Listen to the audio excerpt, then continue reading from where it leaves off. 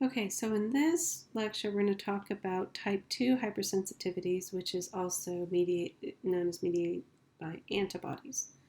And so keep in mind, for these antibodies, it's going to be a memory. So it also includes, of course, our CD4 response. Okay, so our type 2 hypersensitivities can be caused by IgG, which is most often, or IgM. IgM, of course, will not need our CD4 T cells or not necessarily become memory, or they will become memory and convert into IgG. But IgM can play a role, and it can play a role with respect to complement, which we'll discuss just briefly. Red blood cells are often the target.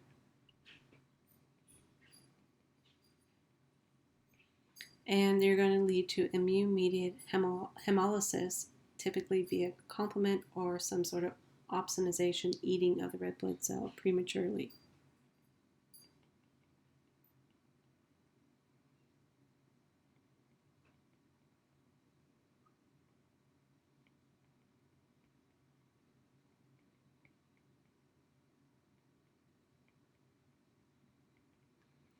Now you have, of course, your IgM and IgG, which are going to be specific for surface antigens, meaning on a cell, such as a red blood cell.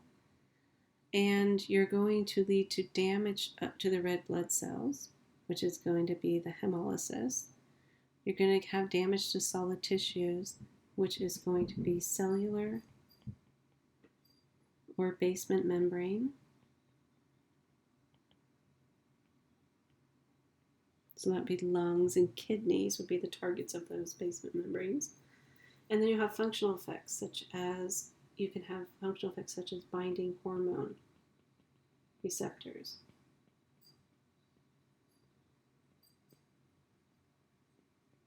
And we'll talk about the thyroid gland with respect to that.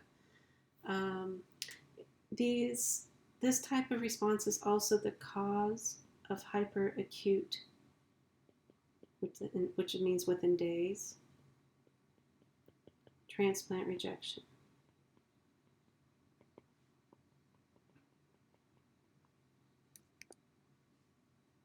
Now, immune-mediated hemolysis is, of course, type 2 hypersensitivity.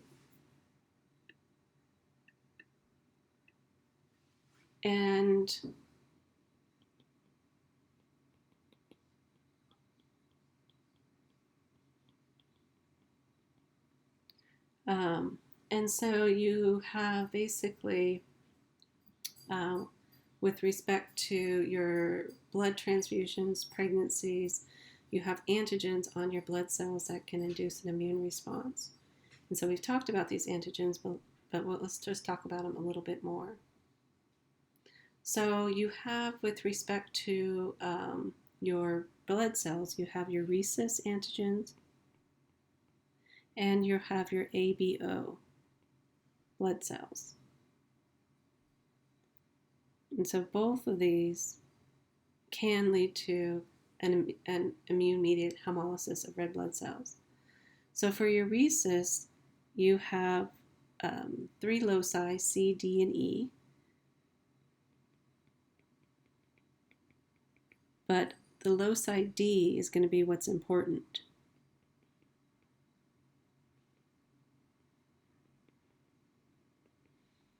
And so you can have expression of D. Oops, let's see, O. And this would equal an Rh positive, which is the most common. And then you can have no expression, and this would equal Rh negative, which is about 1 in every 6 person, approximately. And both of these are going to be Mendelian inheritance.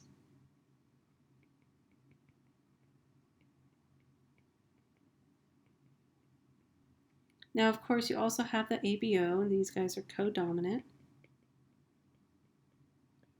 and it's through inheritance. You have AB, you have your A, your B, and your O. And so one thing to note is that A and B antigens are also found on some bacteria.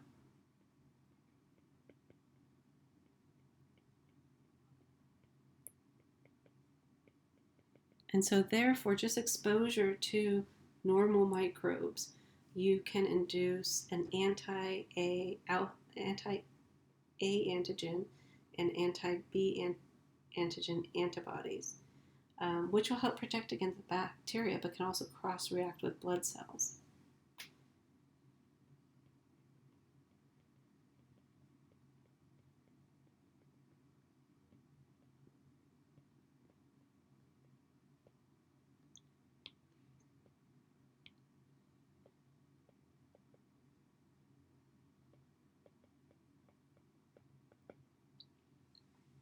And so there's another antigen called the I antigen.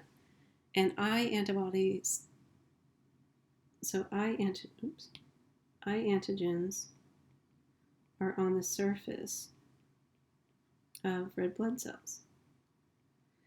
And so the same I antigen is going to be expressed by everyone.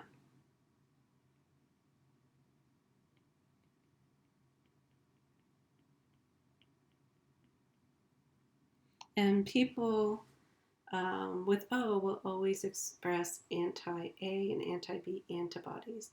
And this is going to be due to bacteria. Now, people with A, for example, will produce anti-B due to bacteria, but will not produce anti-A because they are going to be tolerized against A, etc. So in this case, we have a father here and a mother we have a father who's rhesus positive, mother who's rhesus negative. We have two children, and child 1 will be rhesus positive, and child 2 will be rhesus negative. And so the rhesus positive will not normally produce anti-D antibodies, and the rhesus negative can produce anti-D antibodies after exposure. In the case of the I antigens, we have both are going to be I positive, and they do not normally produce I. Now, the D and the I, if you have tolerance breakdown, may become autoantibodies, and both of them can lead to hemolysis of your red blood cells. So we're going to have we're going to have IgM natural antibodies that are going to target bacteria A and B antigens, which are going to be similar to our A and B antigens on our red blood cells.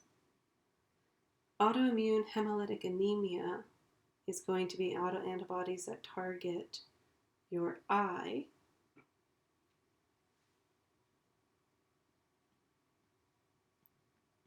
and they're going to be IgM, I antigen,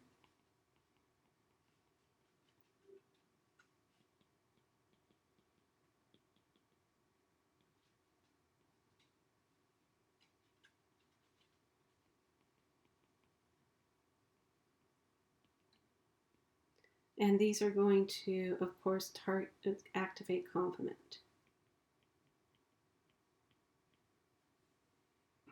Now, IgG, on the other hand, can target the rhesus factor or can target I. And then the IgG will coat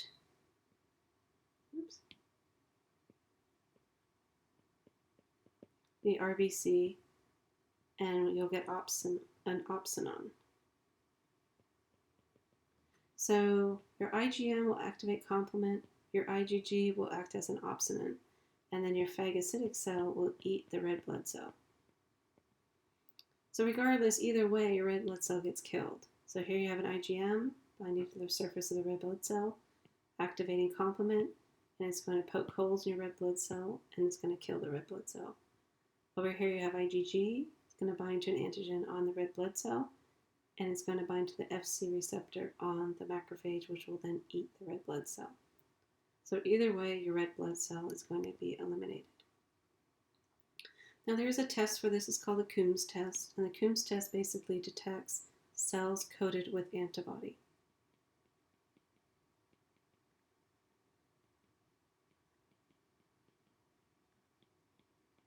So if you have antibody that's going to bind to your red blood cell, you are going to be able to detect it using the Coombs test. So basically, you take your red blood cells from a healthy patient and red blood cells from an unhealthy patient, and you basically are going to add anti-human antibodies. And for a patient that does not have any antibodies binding to the red blood cells, these anti-human antibodies do not bind. For the patient in which they have antibodies binding to the red blood cells, these second antibodies do bind, and they cross-link, and then you get clumping. So your normal red blood cells do not clump together, they get separated, and then the positive Coombs cells, you'll find clumping of your red blood cells, and because your antibodies are creating an aggregate. Now this is all leading to hemolytic disease of the newborn. So basically, you have a mother who is Rh negative and a baby who is Rh positive, and the mother is going to be exposed to the baby's red blood cells during birth, and then the mother is going to produce anti-Rhesus IgG.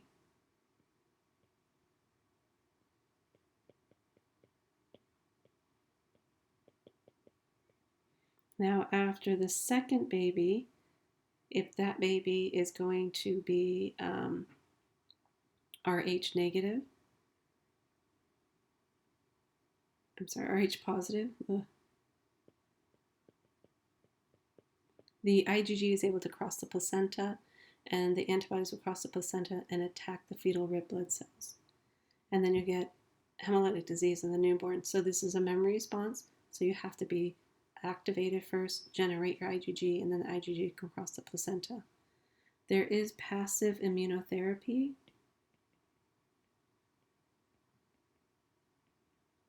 And this is giving anti-D antibodies. And this is to destroy the fetal cells circulating in the mother before she can generate a response.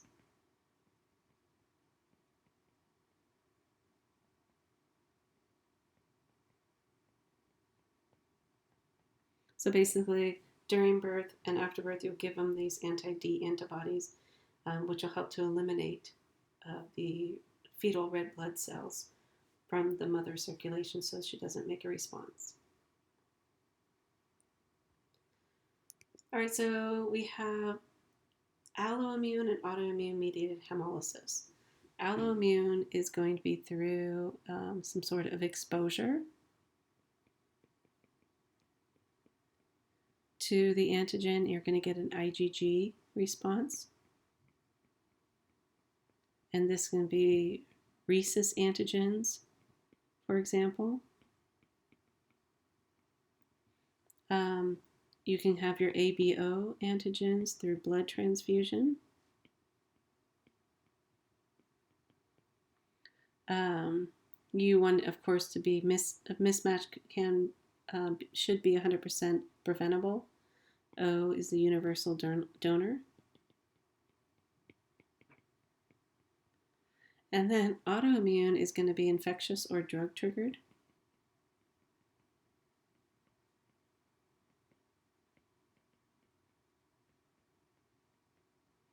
or generalized autoimmunity.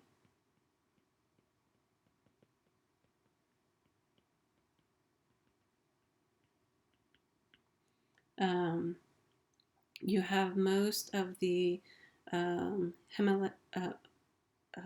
hemolytic anemia etiology are unknown. Most are going to target Rhesus antigens, and your immunoglobulin G will then coat, and you'll get gradual removal by your splenic macrophages, and so it's going to be a gradual onset.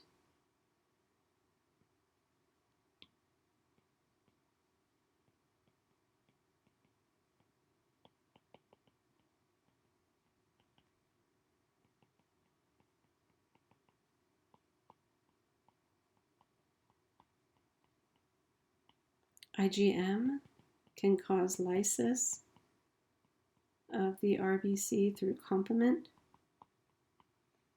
and it has more rapid onset.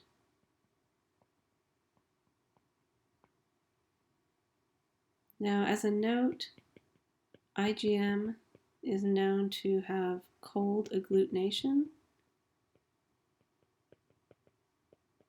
which means it can bind to antigens below 37 degrees.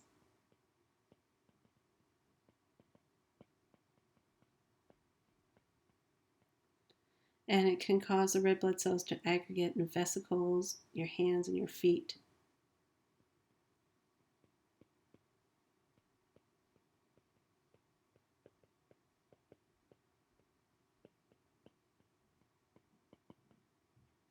And it can cause ischemic damage.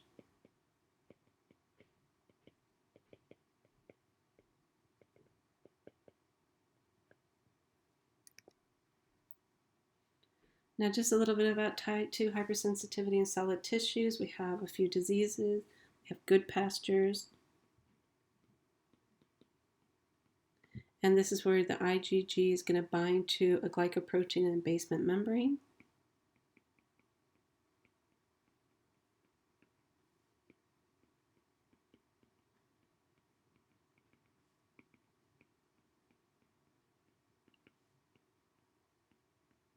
And so this is, of course, going to affect the lung and the kidney glomerula.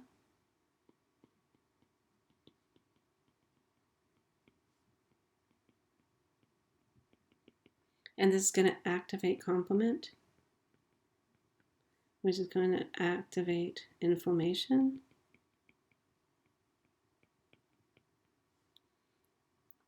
And the diagnosis is the anti-glomerular basement glycoprotein in serum.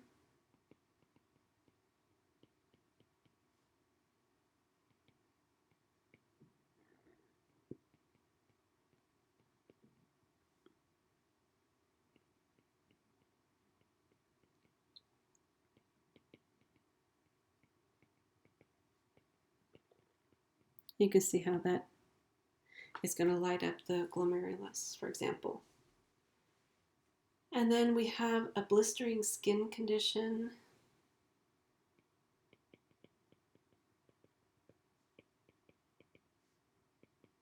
Oops.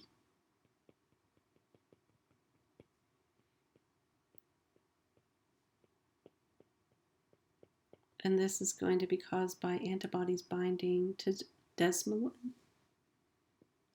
Antibodies bind.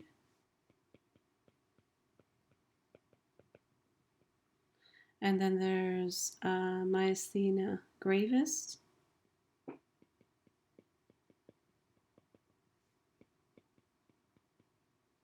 And this is where you have IgG binding to acetylcholine.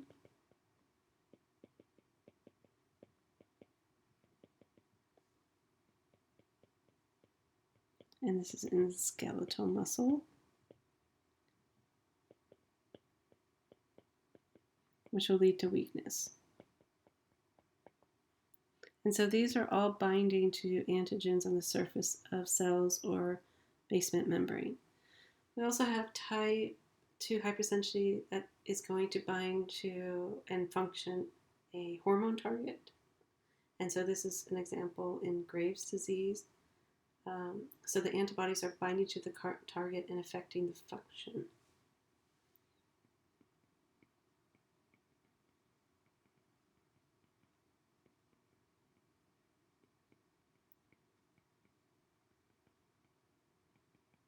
So this is going to lead to hyperthyroidism.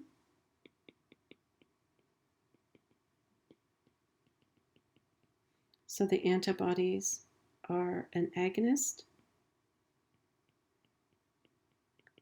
for the thyroid stimulating hormone receptor. And this has an HLA-DR3 association. And it's in pregnant women, the anti-thyroid stimulating hormone immunoglobulin type G crosses the placenta and causes transient neonatal hyperthyroidism.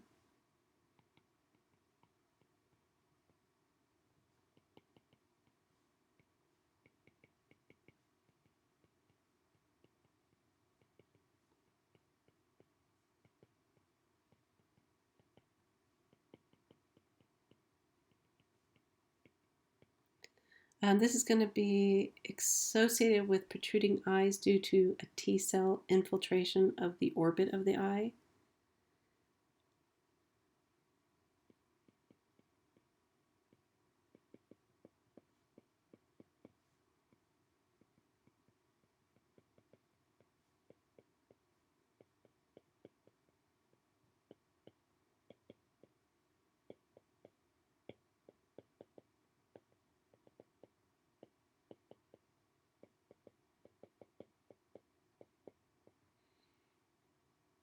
And so basically your thyroid stimulating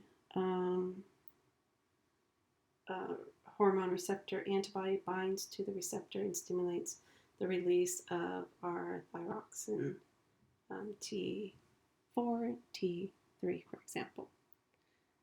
Okay, so that's the end of our talk on type 2 hypersensitivity.